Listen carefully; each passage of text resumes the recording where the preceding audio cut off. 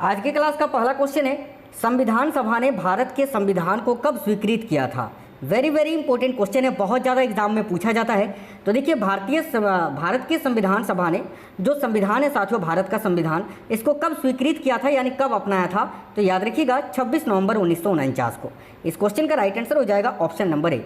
यहीं अगर आपसे पूछे कि संविधान सभा ने या फिर पूरे भारत में संविधान को कब लागू किया गया था, तो फिर आपका राइट आंसर हो जाएगा 26 जनवरी 1950 को। ये दोनों ही चीज़ें आपको याद रखना है, ठीक है। देखिए 26 जनवरी को गणतंत्र दिवस मनाया जाता है और 26 नवंबर को विधि दिवस या तो संविधान दिवस या कानून दिवस आप कह सकते हैं, जो कि मनाया जाता है। आज का अगला क्वेश्चन है, भारतीय संविधान सभा के प्रथम दिन के अधिवेशन की अध्यक्षता इन्होंने की थी। अब किन्होंने की थी, तो देखिए भारतीय संविधान सभा के प्रथम दिन के अधिवेशन की अध्यक्षता जो है डॉक्टर सच्चिदानंद सिन्हा जी ने की थी, अस्थायी रूप से, अस्थायी रूप से, है ना। इसीलिए आपसे क्वेश्चन पूछा जाता है कि संविधान सभा के अस्थायी अध्यक्ष कौन थे। तो राइट आंसर आपका डॉक्टर सच्चिदानंद सिन्हा आएगा। और स्थायी रूप से संविधान सभा की अध्यक्षता किसने की थी, अगर ये पूछे तो डॉक्टर राजेंद्र प्रसाद आपका राइट आंसर हो जाएगा। चलिए इस क्वेश्चन का राइट आंसर ऑप्शन नंबर ए है। अगला क्वेश्चन है, संविधान के किस भाग में मूल अधिकार का उल्लेख मिलता है। वेरी वेरी इंपॉर्टेंट क्वेश्चन है। मूल अधिकार जो कि USA, United states of America यानी संयुक्त राज्य अमेरिका के संविधान से लिया गया है, जिसका उल्लेख संविधान के किस भाग में मिलता है, तो भाग 3 में मिलता है, ठीक है। यहीं अगर आपसे अनुच्छेद पूछे तो मौलिक कर्तव्य अगर पूछे साथियों आपसे कि मौलिक कर्तव्य संविधान के किस अनुच्छेद के अंतर्गत आता है, तो अनुच्छेद 51 का ए आपको याद रखना है, ठीक है। चलिएगा आज का अगला क्वेश्चन है, सूचना का अधिकार किस राज्य में लागू नहीं होता है। तो देखिए सूचना का अधिकार मेघालय, दिल्ली, अरुणाचल प्रदेश, इन तीनों राज्यों में लागू होता था, लेकिन जम्मू कश्मीर इस क्वेश्चन का राइट आंसर होना चाहिए था। लेकिन देखिए अभी जम्मू कश्मीर जो है अब भारत का एक केंद्र शासित प्रदेश बन चुका है, ठीक है। तो ये क्वेश्चन आपसे अब नहीं पूछेगा। लेकिन देखिए जब संविधान से 370 नहीं हटा था, आर्टिकल 370, तब इसका राइट आंसर जम्मू कश्मीर हो जाता, ठीक है। अगला क्वेश्चन है, मौलिक अधिकारों में संशोधन करने में कौन सक्षम है। तो देखिए मौलिक अधिकारों में संशोधन करने में कौन सक्षम होता है, तो याद रखिएगा संसद, पार्लियामेंट। नेक्स्ट क्वेश्चन है, कितने वर्षों तक लगातार बाहर रहने पर नागरिकता समाप्त हो जाती है। तो देखिएगा राइट आंसर है ऑप्शन नंबर सी, 7 वर्षों तक अगर कोई बाहर रहता है देश के बाहर, तो उसकी नागरिकता समाप्त हो जाती है। भारतीय राज्यों का भाषाई आधार पर पुनर्गठन किस वर्ष किया गया था। तो देखिए राइट आंसर हो जाएगा 1956 में साथियों। और भाषाई आधार पर किस राज्य का पुनर्गठन सबसे पहले किया गया था, तो याद रखिएगा आंध्र प्रदेश का, ठीक है। चलिए अगला क्वेश्चन है, किस देश में दोहरी नागरिकता का सिद्धांत स्वीकार किया गया है। तो देखिए राइट आंसर हो जाएगा संयुक्त राज्य अमेरिका में यानी यूएसए में। ऑप्शन नंबर डी करेक्ट है। नेक्स्ट है, संविधान के किस अनुच्छेद में संविधान के संशोधन की प्रक्रिया का उल्लेख किया गया है। तो देखिए संविधान का जो संशोधन की प्रक्रिया है वो किस देश के संविधान से लिया गया है, ये भी आपको याद रखना है। तो साउथ अफ्रीका के संविधान से यानी दक्षिण अफ्रीका के संविधान से। और इसका प्रावधान संविधान के कितनेवें अनुच्छेद में है, तो याद रखना अनुच्छेद 368 में। Option number D right answer है। देखिए किसी कैदी को न्यायालय के समक्ष प्रस्तुत करवाने के लिए किस रीट की आवश्यकता होती है। बहुत ही अच्छा क्वेश्चन है। राइट आंसर है ऑप्शन नंबर ए, बंदी प्रत्यक्षीकरण की। नेक्स्ट है, वर्तमान समय में भारतीय संविधान के अंतर्गत संपत्ति का अधिकार एक किस प्रकार का अधिकार है। तो देखिएगा वैधानिक अधिकार साथियों। Option number B correct answer हो जाएगा। अगला क्वेश्चन है, 6 वर्ष की आयु से 14 वर्ष की आयु के बीच के सभी बच्चों को शिक्षा का अधिकार ये किस प्रकार का अधिकार है। तो देखिए आपको याद रखना है ये मूल अधिकार है। नेक्स्ट है, नीति निर्देशक तत्वों का महत्व किसके लिए है। तो नीति निर्देशक तत्वों के महत्व की अगर बात करें तो ये किसके लिए है, तो याद रखिएगा राज्य के लिए। देखिए बात करें नीति निर्देशक तत्व ये संविधान के कौन से भाग में है, तो भाग 4 में है। और अगर आपसे अनुच्छेद पूछे तो याद रखना अनुच्छेद 36 से 51 में राज्य के नीति निर्देशक तत्वों के बारे में बताया गया है। और अगर आपसे ये पूछे कि भारतीय संविधान में राज्य के नीति निर्देशक तत्वों को किस देश के संविधान से लिया गया है, तो याद रखना आयरलैंड के, ठीक है, आयरलैंड के संविधान से। चलिए अगला क्वेश्चन है, भारत के किस राज्य में समान नागरिक संहिता लागू है। देखिए राइट आंसर होगा ऑप्शन नंबर 1 गोवा में। राज्य के नीति निर्देशक सिद्धांतों में से किस अनुच्छेद का संबंध अंतर्राष्ट्रीय शांति और सुरक्षा संवर्धन से है। तो साथियों देखिए अभी मैंने आपको बताया कि आर्टिकल 36 to 51 ये किससे संबंधित है, तो राज्य के नीति निर्देशक तत्व से। वहीं आपसे पूछा है कि 36 से 51 तक में कौन सा वो अनुच्छेद है जिसका संबंध है अंतर्राष्ट्रीय शांति और सुरक्षा संवर्धन से। तो इसका राइट आंसर होगा अनुच्छेद 51, ऑप्शन नंबर सी, ठीक है। बहुत इंपॉर्टेंट है। संविधान में कल्याणकारी राज्य का आदेश दिया जाता है किसमें? तो देखिए संविधान में कल्याणकारी राज्य का आदेश जो है ये नीति निर्देशक तत्वों में ही दिया जाता है। Option number C right answer है। देखिए संसद को भंग करने के लिए कौन सक्षम है? तो देखिएगा संसद को भंग करने के लिए सक्षम होते हैं साथियों भारत के राष्ट्रपति, वो जो है भंग कर सकते हैं। Option number B. देखिए भारत की पार्लियामेंट का उद्घाटन कब हुआ था, यानी भारत में संसद का उद्घाटन कब हुआ था? तो राइट आंसर हो जाएगा ऑप्शन नंबर डी 1927 में। अगला क्वेश्चन है, देखिए राष्ट्रपति पद्धति में समस्त कार्यपालिका की शक्तियाँ किस में निहित होती हैं? बहुत ही इंपॉर्टेंट क्वेश्चन है, याद रखिएगा राष्ट्रपति में। ऑप्शन नंबर डी करेक्ट है। देखिए राष्ट्रपति पद के चुनाव से संबंधी विवादों को किसे निर्देश दिया जाता है, या विवाद को किसे निर्देश दिया जाता है? तो इसका राइट आंसर होगा उच्चतम न्यायालय को। Option number D. राष्ट्रपति का रिक्त स्थान भर लिया जाना चाहिए कितने दिनों के अंदर? तो देखिए 6 माह के अंदर जो है राष्ट्रपति का जो पद है वो भर लिया जाना चाहिए, यानी 6 माह से ज़्यादा जो है 6 मंथ से ज़्यादा राष्ट्रपति का पद खाली नहीं होना चाहिए। अगला क्वेश्चन है, राष्ट्रपति को लोकसभा में किन 2 सदस्यों को मनोनीत करने का अधिकार है? तो इसका राइट आंसर हो जाता है एंग्लो इंडियंस को, हालांकि इस विधि को अभी हटा दिया गया है। अगला क्वेश्चन है, भारत में राष्ट्रपति राज्यसभा के कितने सदस्यों को मनोनीत कर सकता है? वेरी वेरी इंपॉर्टेंट क्वेश्चन है, याद रखिएगा 12 सदस्यों को। ठीक है, चलिएगा नेक्स्ट क्वेश्चन देखते हैं साथियों। तो अगला क्वेश्चन है, भारत के पहले राष्ट्रपति के रूप में डॉक्टर राजेंद्र प्रसाद का चुनाव किया गया था किसके द्वारा? तो देखिएगा राइट आंसर हो जाएगा संविधान सभा के द्वारा। Option number D. अगला क्वेश्चन है, देखिए निम्नलिखित में से कौन भारत के राष्ट्रपति के चुनाव में भाग नहीं लेता है? तो देखिए भारत के राष्ट्रपति के चुनाव में राज्यसभा, लोकसभा, विधानसभा ये तीनों भाग लेते हैं, लेकिन विधान परिषद भाग नहीं लेता है। तो option number C right answer होगा विधान परिषद।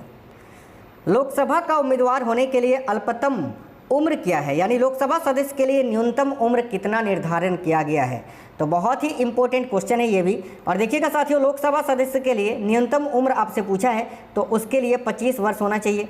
तो इस क्वेश्चन का राइट आंसर आपका हो जाएगा 25 ईयर्स, याद रखिएगा 25 वर्ष है ना, ऑप्शन नंबर है। यहीं पर आपको याद रखना है राज्यसभा के लिए 35 ईयर्स चाहिए, हम आपका ना 30 वर्ष चाहिए राज्यसभा के लिए, और राष्ट्रपति और राज्यपाल के लिए 35 वर्ष। ठीक है, नेक्स्ट क्वेश्चन है, योजना आयोग का प्रतिस्थापना किससे हुआ है, यानी योजना आयोग जो है अब किस में बदल गया है? तो राइट आंसर होगा साथियों ऑप्शन नंबर सी नीति आयोग में। चलिए अगला क्वेश्चन है, अंतर्राष्ट्रीय मुद्रा कोष का मुख्यालय कहाँ है? तो देखिए साथियों अंतर्राष्ट्रीय मुद्रा कोष का मुख्यालय जो है ये आपका वाशिंगटन डीसी में स्थित है। Option number C correct answer हो जाएगा। चलिए नेक्स्ट क्वेश्चन है, यूएनडीपी का पूरा नाम क्या है?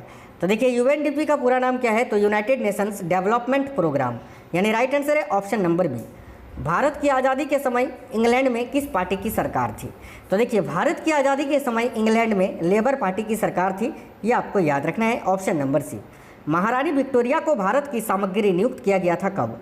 देखिएगा भारत की या महारानी विक्टोरिया को भारत की सामग्री कब नियुक्त किया गया था? तो साथियों जरूर याद रखना है, बहुत ही इंपॉर्टेंट क्वेश्चन है। देखिए ऑप्शन नंबर सी 1858 ईस्वी में। विश्व का सबसे बड़ा लिखित एवं सर्वाधिक व्यापक संविधान किस देश का है? तो याद रखिएगा विश्व का सबसे बड़ा लिखित एवं सर्वाधिक व्यापक संविधान ये किस देश का है?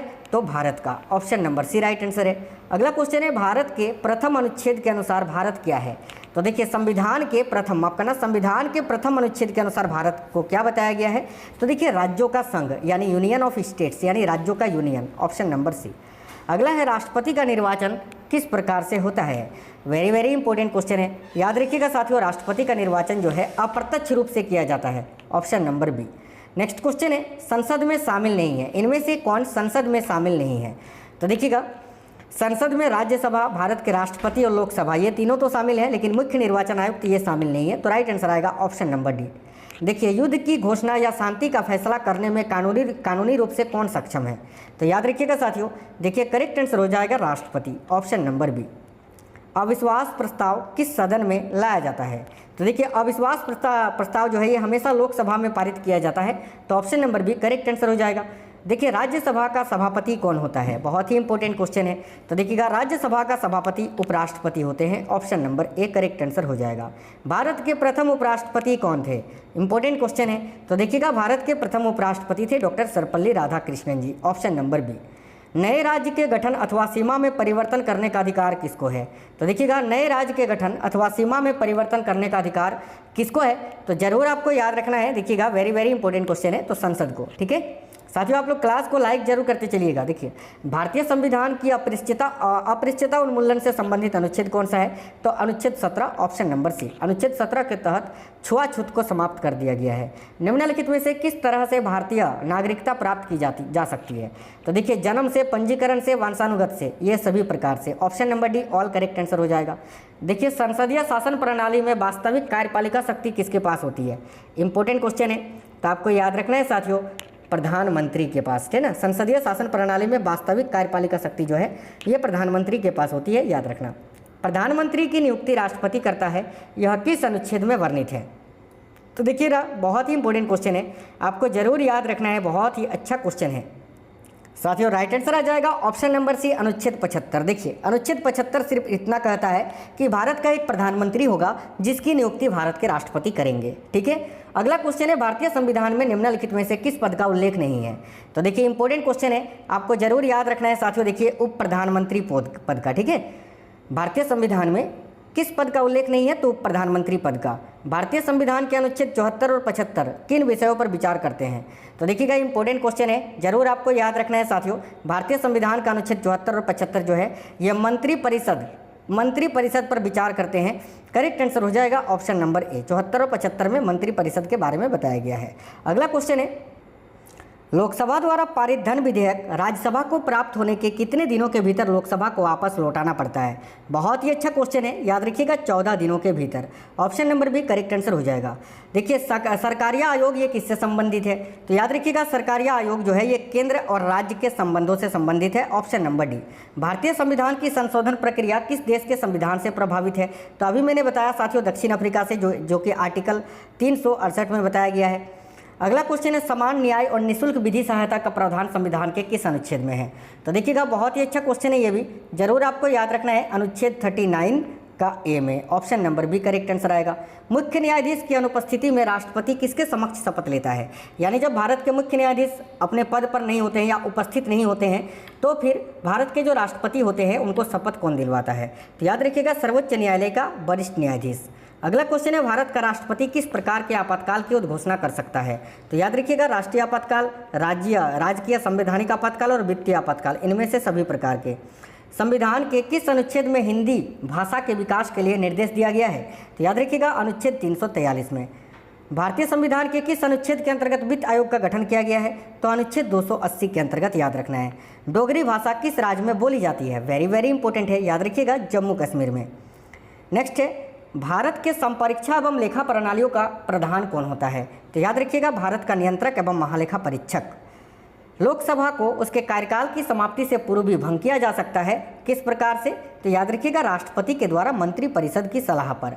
भारत के संविधान में प्रथम संशोधन अधिनियम कब बना था? तो देखिए भारतीय संविधान में प्रथम संशोधन अधिनियम ये कब बना था? तो 1951 में। पहली बार संविधान में संशोधन 1951 में ही किया गया था। प्रधानमंत्री की नियुक्ति राष्ट्रपति करता है, यह किस अनुच्छेद में है? तो अभी मैंने आपको बताया अनुच्छेद 75 में है। Option number C. अविश्वास प्रस्ताव किस सदन में लाया जाता है? तो साथियों ये भी क्वेश्चन मैंने शायद आपको बताया इस क्लास में कि लोकसभा में लाया जाता है। अगला क्वेश्चन है निम्नलिखित में से किस संघ शासित क्षेत्र के प्रशासक को प्रशासक कहा जाता है? ठीक है, तो वेरी वेरी इंपॉर्टेंट क्वेश्चन है, जरूर याद रखना है लक्षद्वीप के। Option number A correct answer हो जाएगा। देखिए राज्यसभा के लिए नामित प्रथम फिल्म अभिनेत्री कौन थी? तो देखिएगा याद रखिएगा साथियों राज्यसभा के लिए नामित प्रथम फिल्म अभिनेत्री कौन थी? तो जरूर आपको याद रखना है Nargis Dutt. Option number A. Rajya Sabha के उपसभापति का निर्वाचन कौन करता है? तो देखिएगा राज्यसभा के सदस्य, है ना। राज्यसभा के उपसभापति का निर्वाचन राज्यसभा के सदस्यों के द्वारा किया जाता है। किसी विधि के प्रश्न पर सर्वोच्च न्यायालय से परामर्श लेने का अधिकार किसको है? तो याद रखिएगा भारत के राष्ट्रपति को। Option number B. मौलिक अधिकारों के अंतर्गत कौन सा अनुच्छेद बच्चों के शोषण से संबंधित है? तो देखिए अनुच्छेद 24 करेक्ट आंसर हो जाएगा। अनुच्छेद 23 में मानव तस्करी के बारे में बताया गया है, ठीक है। अगला क्वेश्चन है भारत के राष्ट्रपति की आपातकालीन शक्तियां निम्नलिखित में से किस देश की देन है? तो राइट आंसर आएगा जर्मनी का, जर्मनी के बीमर संविधान की। नेक्स्ट है राष्ट्रपति के चुनाव में विवाद होने पर किसकी सलाह ली जाती है? तो राइट आंसर आएगा साथियों सर्वोच्च न्यायालय की, आपको याद रखना है। नेक्स्ट क्वेश्चन है लोकसभा में अनुसूचित जाति एवं जनजातियों के लिए सीटों का आरक्षण संविधान के किस अनुच्छेद में उपबंधित है? तो याद रखना अनुच्छेद 330 में। चलिए अगला क्वेश्चन देखते हैं अंडमान एवं निकोबार द्वीप समूह किस उच्च न्यायालय के क्षेत्राधिकार में आते हैं? तो देखिएगा राइट आंसर आएगा कलकत्ता उच्च न्यायालय के। Option number B. अगला क्वेश्चन है विधान परिषद की एक वर्ष में कम से कम कितनी बैठकें होना अनिवार्य है? तो देखिए विधान परिषद की एक वर्ष में कम से कम कितनी बैठकें होना अनिवार्य है? तो कम से कम 2, 6 महीना में एक साल में 2, है ना, याद रखना। अगला है, किसकी अनुमति के बिना राज्य की विधानसभा में कोई धन विधेयक पेश नहीं किया जा सकता है? तो साथियों याद रखना, राज्यपाल की अनुमति के बिना। तो option number A correct answer होगा। 2 अवधि के लिए भारत के राष्ट्रपति कौन थे? तो देखिए लगातार 2 अवधि के लिए भारत के राष्ट्रपति थे doctor Rajendra Prasad, option number B. संसदीय शासन प्रणाली सर्वप्रथम किस देश में विकसित हुई थी? तो याद रखिएगा ब्रिटेन में, ऑप्शन नंबर ए। चलिए ये क्वेश्चन अभी मैंने बताया आपको, इस क्वेश्चन का आंसर आप लोगों को कमेंट बॉक्स में कमेंट करके बताना है कि कितने वर्षों तक लगातार बाहर रहने पर नागरिकता समाप्त हो जाती है। अभी मैंने बताया, आप लोग आंसर कर दीजिए इस क्वेश्चन का आंसर क्या होगा।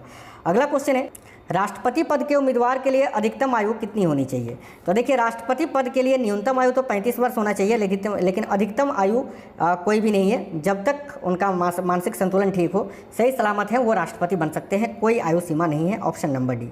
निम्नलिखित में से कौन सी भाषा संविधान की 8वीं अनुसूची में नहीं है? तो देखिए संविधान की 8वीं अनुसूची में कुल 22 भाषाओं को शामिल किया गया है, जिसमें उर्दू, नेपाली, कोंकणी तो है, भोजपुरी नहीं है। तो option number D right answer होगा।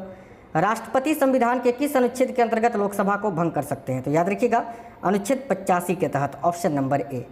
संविधान सभा में सभी निर्णय किस आधार पर लिए गए थे? तो देखिएगा राइट आंसर आएगा सहमति और समायोजन से। संघ लोक सेवा आयोग के सदस्यों की नियुक्ति कौन करता है? तो राइट आंसर हो जाएगा साथियों भारत के राष्ट्रपति, ऑप्शन नंबर बी। दादर एवं नगर हवेली किस उच्च न्यायालय के क्षेत्राधिकार में आते हैं? तो याद रखिएगा बम्बई उच्च न्यायालय के। प्राक्कलन समिति में कितने सदस्य होते हैं? तो याद रखिएगा 30 सदस्य होते हैं, ऑप्शन नंबर सी। 1938 में किस व्यक्ति ने वयस्क मताधिकार के आधार पर संविधान सभा के गठन की मांग की थी? तो जरूर याद रखिएगा पंडित जवाहरलाल नेहरू जी ने, ऑप्शन नंबर बी। भाषाई आधार पर राज्यों का पुनर्गठन किस वर्ष किया गया था? तो ऑप्शन नंबर सी 1956 में। देखिए भारत के अटर्नी जनरल यानी महान्यायवादी की नियुक्ति कौन करता है? तो साथियों याद रखिएगा भारत का राष्ट्रपति। राष्ट्रपति लोकसभा में आंग्ल भारतीय समुदाय के कितने प्रतिनिधित्व न होने की स्थिति में मनोनीत करता है? तो 2 करेक्ट आंसर हो जाता है इसका, ऑप्शन नंबर बी। भारतीय संविधान में वर्तमान में कितनी अनुसूचियां हैं? तो 12 अनुसूचियां हैं, option number D right answer हो जाएगा। राज्य के शासन का वास्तविक अध्यक्ष कौन होता है? इंपॉर्टेंट क्वेश्चन है, याद रखिएगा ऑप्शन नंबर बी मुख्यमंत्री। देखिए किस वर्ष से भूतपूर्व संसद सदस्यों के लिए पेंशन व्यवस्था लागू की गई थी? तो याद रखिएगा साथियों 1976 ईस्वी से। किस संवैधानिक संशोधन द्वारा नगर पालिका विधेयक पारित हुआ था? तो याद रखना 74वां संविधान संशोधन के तहत। अगला क्वेश्चन है, देखिए भारतीय संविधान को आप किस प्रकार वर्णन करेंगे? तो देखिए भारतीय संविधान ये विश्व के साथियों देखिए विश्व के, ये माफ करना यार, देखिए विश्व के सबसे विस्तृत संविधानों में से एक, option number C correct answer.